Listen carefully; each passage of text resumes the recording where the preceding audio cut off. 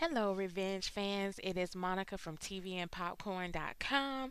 I am coming to you with yet another review on Revenge Season 3, Episode 19, titled Allegiance.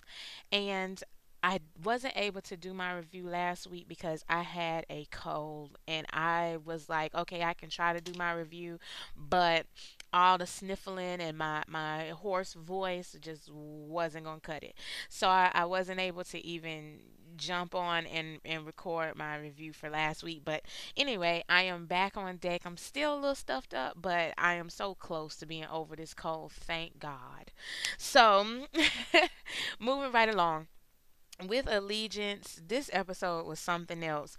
I've read a lot of the comments on Facebook as I always do. I'm checking in on social media to kind of see how all the Revenge fans are reacting over each episode, especially if I can't catch the episode when it's airing live. So I go on, I read the comments, and I don't know, it wasn't as big of a split as it has been. A lot of people did enjoy this episode. Some people are saying, oh, well, this is boring, let's move on, and they're ready to see Emily get her revenge. So, long story short, here we go.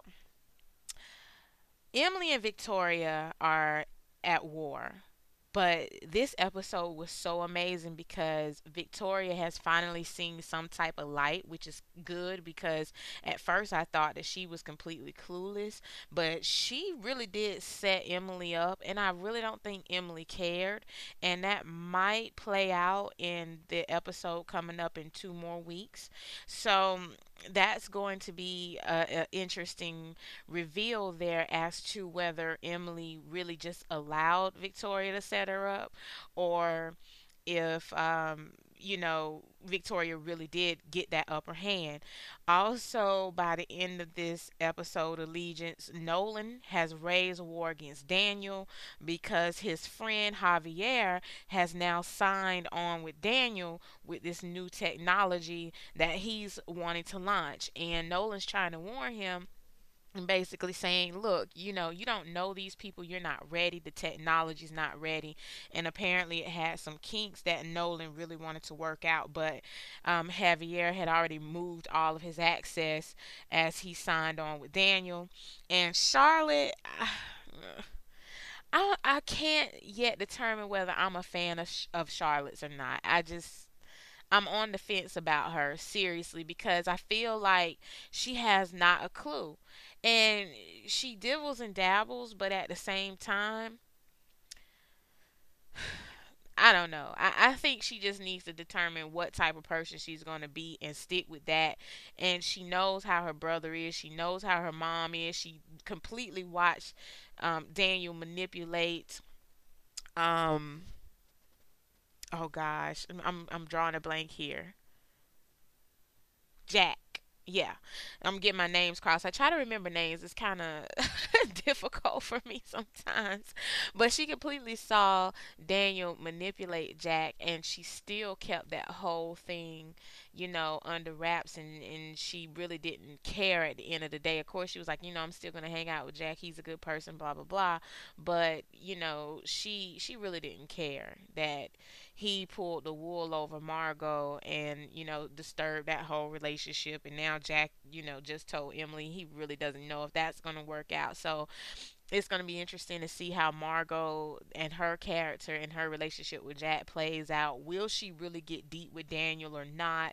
Will some secrets about Daniel be revealed to her? Will some secrets about her dad be revealed to her? Because I guess she thinks that her dad just runs this major publication, company, but at the same time, he just took out one of a major character, and as far as knowing what happened to David Clark, which was Oscar Chapman, and he was the reporter.